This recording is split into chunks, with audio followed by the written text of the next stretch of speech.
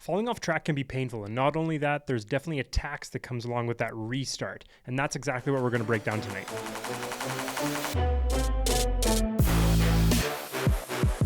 So you may have been expecting this episode, but it's been a little bit quiet around here. It's been a little bit of I've been a little bit MIA from the Get Uncomfortable office, but we're back here now, and I want to kind of break down. I want to shed some light on it, and I want to kind of utilize this as an opportunity. Keeping in mind this whole podcast, I use this a lot as a journal, a way for me to express myself, a creative outlet, all that kind of good stuff.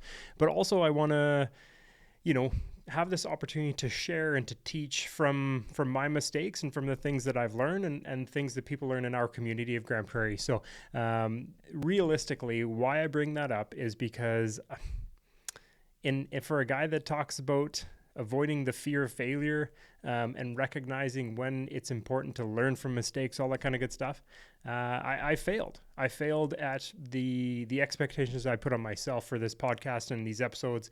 I started with expressing I wanted to do regular episodes. I was a couple times a month, and guests and solo alternate episodes, which it went really, really well for the first bit. Of course it did. But I just, realistically, now that real life has set in a little bit, I think it's important to recognize exactly where I'm at and kind of share some of that learning process that I've kind of stumbled upon here with you guys.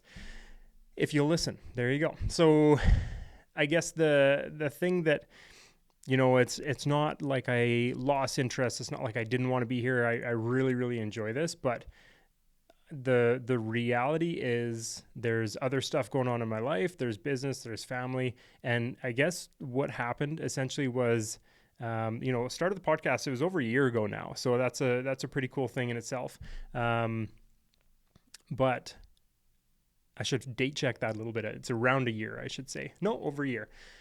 And I think realistically, I set myself up exactly how a person should. So I recorded a bunch of episodes, I batch recorded, chopped them up, and then I had some content set up. So by the time I actually released an episode, I had probably 5 or 6 in the queue. So it was really easy from that point on to stay consistent if I was recording episodes, a month before I would actually use them. That being said, that's a really good recipe. That's a really good plan. But that plan really only fits in perfect weather, we'll say, if that's the analogy we're going to use tonight. Now, what I mean by that is you could set out a plan, you can set out some expectations, and it's as long as everything goes well, then great, right? Those expectations you can reach, and you kind of get some momentum, you get rolling. I think that's interesting because that's to me similar to, considering yourself a stock market professional or a whiz at the market when everybody's shares are going up, right? There are certain times in history where it didn't matter what stock or what share you bought, what company you supported, stock market went up, and it's you all of a sudden you realize that you're in one of those situations of perfect weather, right?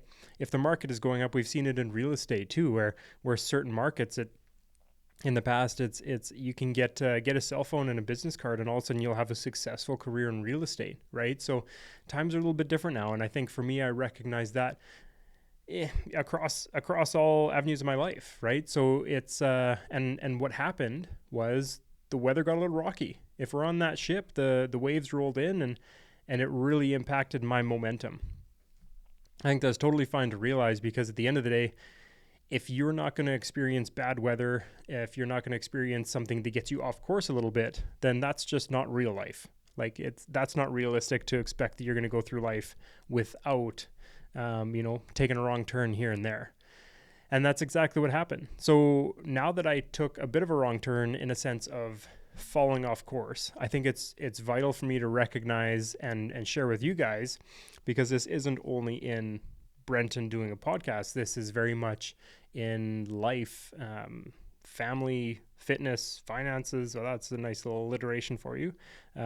Business, relationships, friendships, all that kind of stuff. If you just kind of fall off course and you don't correct eventually, that's just a recipe for disaster, right? Again, if we're talking about, I should have studied up on this, but if we're talking at a plane taking off from Vancouver, we'll say, and changing course by a degree when it takes off, the landing point of where that plane's going to end up. You could end up in, I don't know what you could end up in Russia, or you could end up in Thailand, right? And there's the distance you travel if you make a very small adjustment and you don't course correct. That is going to be a big issue down the road. Similar to if you're driving, you're on a road trip and you take a wrong turn.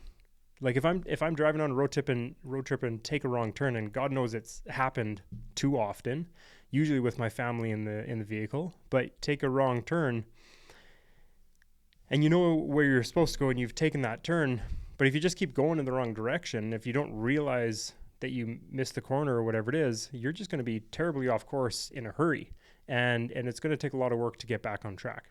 So I guess why I'm saying that is where we're at right now, and where I think a lot of people end up is, oh shit, missed the corner, and now I'm over here, right? And now we need to take a couple turns and get back on track. Or if we're navigating that bad weather, and for me, essentially what happened with the podcast is navigating bad weather or situations that came up and go off course. But then all of a sudden something else happens here and off course. And then before you know it, you're just so far disconnected as to where you want it to be or where you expect it to be. So now that we're here, the realization is building that momentum is really, really important, but it's also very difficult. And that's where kind of for me, something that comes up is the restart tax, right? When I say restart tax, there's a couple things that really, the cost of re-engaging, or the cost of getting back on track with something you're focused on is a tax, right? And maybe it's just because of the time of year I'm in, I'm thinking taxes, but that restart tax can really hit. So the first tax that comes up is really, for me, the cost that comes up is the cognitive reentry. Once you have momentum and you're kind of clipping along, and then all of a sudden things change and you need to get back into it, there's a really drastic adjustment. There's a really drastic cost to that re-engagement, we'll call it. It's similar to if you have a fitness journey and you just fall off course, and it's just the mental load of just going back to a gym or getting the stupid little scale out to weigh your meat, or just getting back engaged. I play really terrible beer league hockey, and maybe it's just me because I'm not that good, but the first couple games of the season are always tough. Skates feel awkward and uncomfortable. The ice feels a little bit shaky, right? I feel like the hands are behind, right? Everything is just a little off, right? So it's that mental reentry, that re-engagement cost that really slows us down. And not only does it want us to make us not want to re-engage, but it also makes that re-engagement a little bit more difficult. Probably why I'm stuttering a little more here tonight. Number two, we got the guilt factor, right?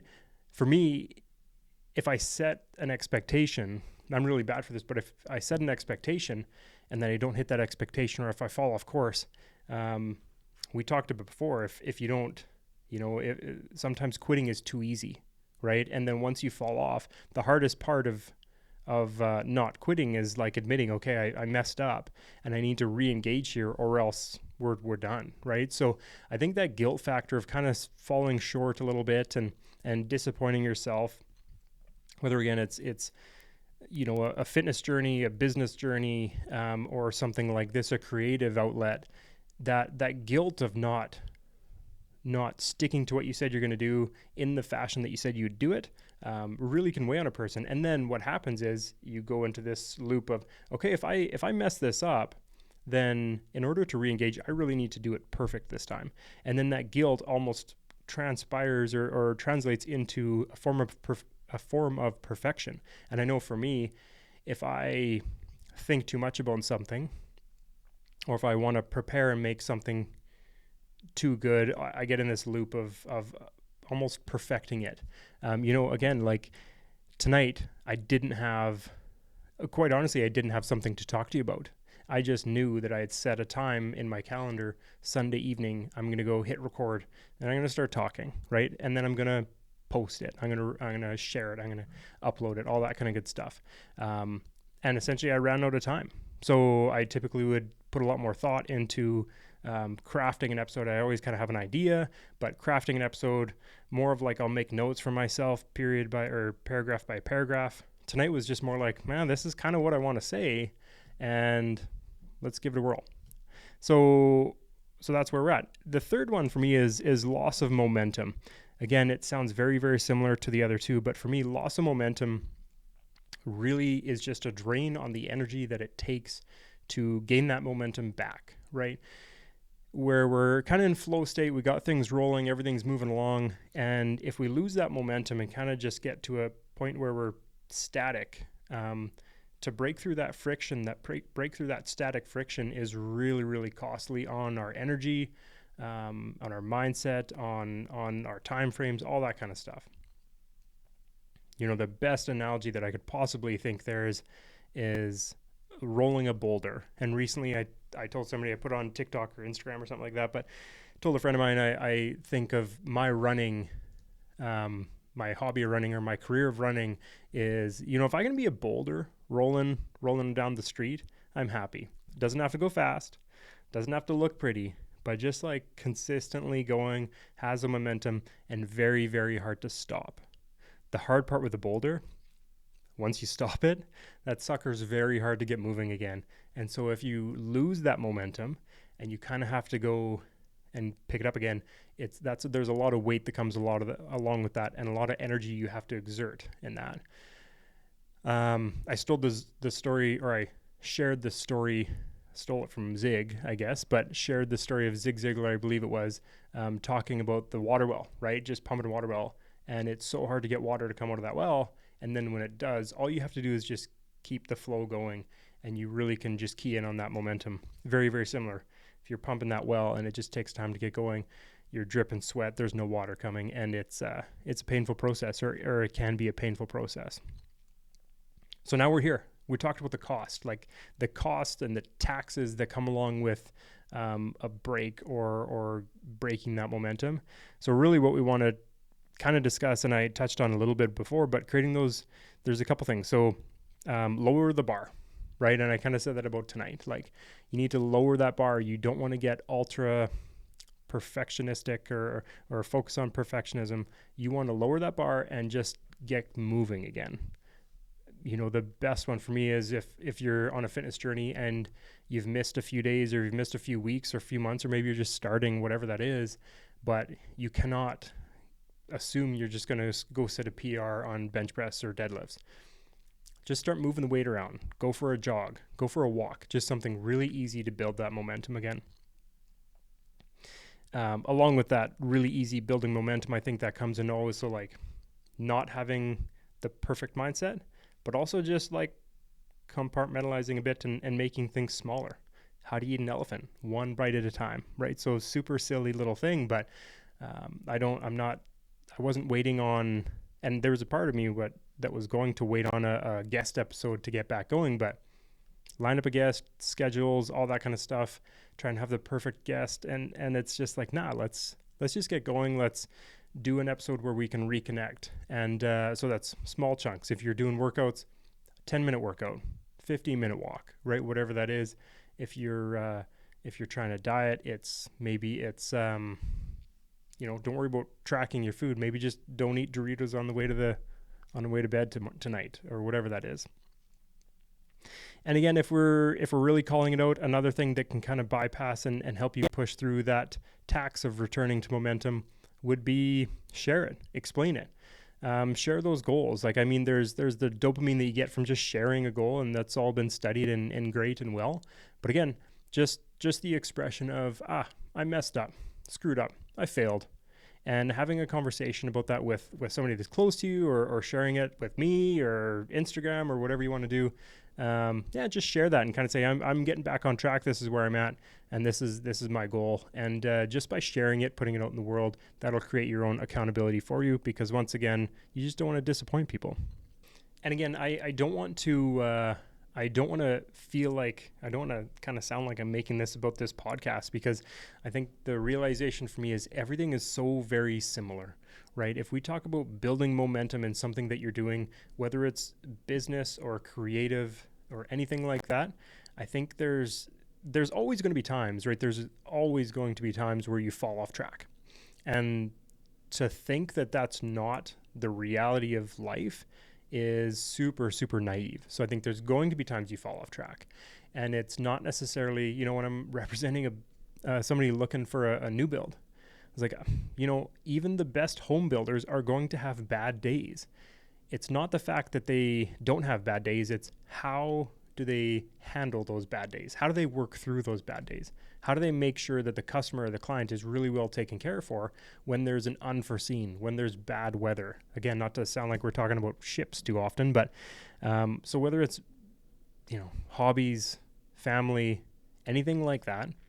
My wife and I, if we fall off track with date nights or anything like that, or communication, then, we need to re-engage. It's not always going to be like, hey, let's take a weekend away. Let's go to Banff. It's like, okay, Thursday night, we don't have anything going on. Let's sit on the couch and not watch TV and maybe play 20 questions or maybe just talk, right? It's like very small changes, because realistically, we all fall out of line a little bit. We all fall off track. And again, the fitness one is probably the biggest and easiest to kind of relate to this, because it's so hard to stay on track all the time. If we're looking at, for me, one that stands out right now is food, right?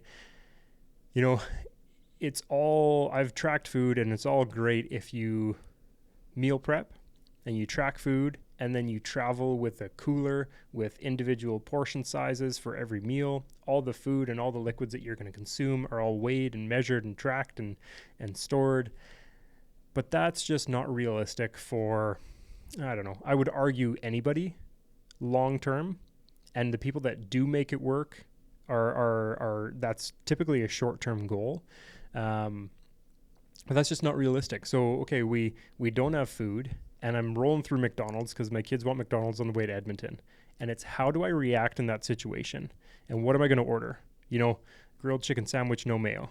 I have orders at places where it's like, I can go to McDonald's, I can go to Subway, and I just have stuff that I can get, and I can stay relatively on track, or in certain situations, very on track. If there is no restaurants and you're doing gas station, it's like, how far off track do you want to fall? Because the further off track you fall, the more tax there is to get back on that road. So don't want to go too into the fast food analogies, because it's Sunday evening, it's like 9:00 and I'm getting snacky, so we won't go down that road. But so yeah, I'd love to hear from you a little bit more on if there's ever been a situation where you had something, you were consistent with it, weather got bad, something got distracting, life blew up in your face, whatever that looks like, and it kind of came to a point for you where it's like, well, that's a perfect opportunity to step back or step away or quit. Because the reality is, it's really easy to quit when you've already kind of stepped away from something, right? You can just kind of like slink into the shadows and just disappear in a sense.